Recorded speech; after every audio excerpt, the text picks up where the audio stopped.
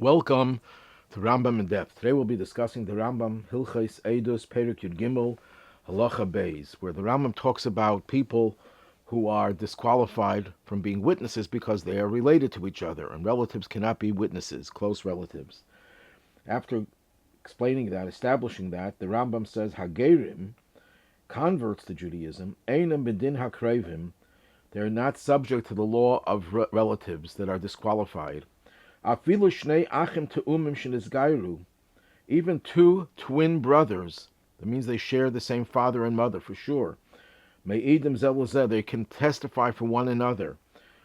Why is that? They're relatives, they're brothers. So the answer is, shehager shenizgair, a convert who converts, kikatan shenolad hu chashav, is regarded as a child, a newborn child. So they have a new status, and they're not considered to be related.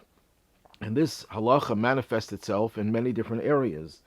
Biblically, they're not considered to be relatives, so the prohibition against marrying relatives doesn't apply. Biblically, the rabbis extended that prohibition to them as well. And if, God forbid, they lose a close relative, they don't have the obligation of mourning. They're allowed to. They don't have the obligation of mourning because it's not considered to be a close relative, because they're like newborn children. The Ramah, Paskins, he rules in Hilchos Birchas HaShachar, that a ger should make the bracha she'asani ger. God made me a ger. So the question is asked, the Bach asks, conversion is not that you make yourself a ger.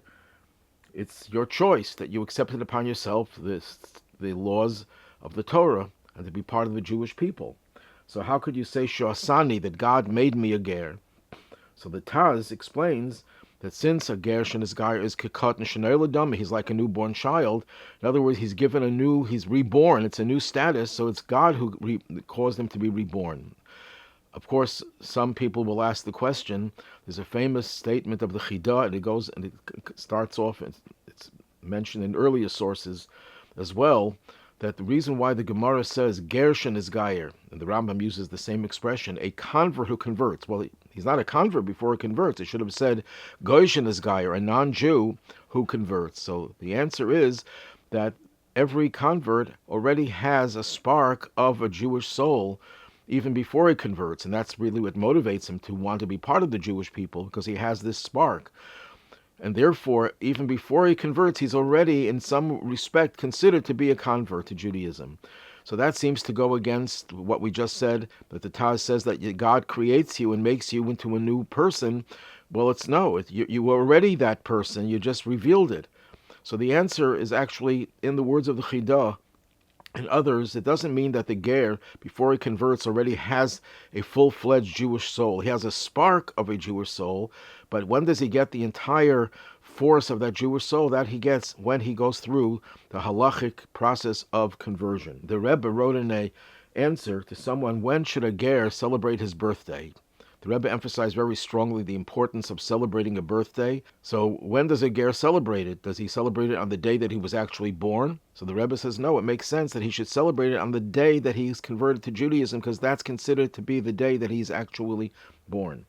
And the question is asked by the Bnei Yissaschar in his Sefer Derech Pikudecha.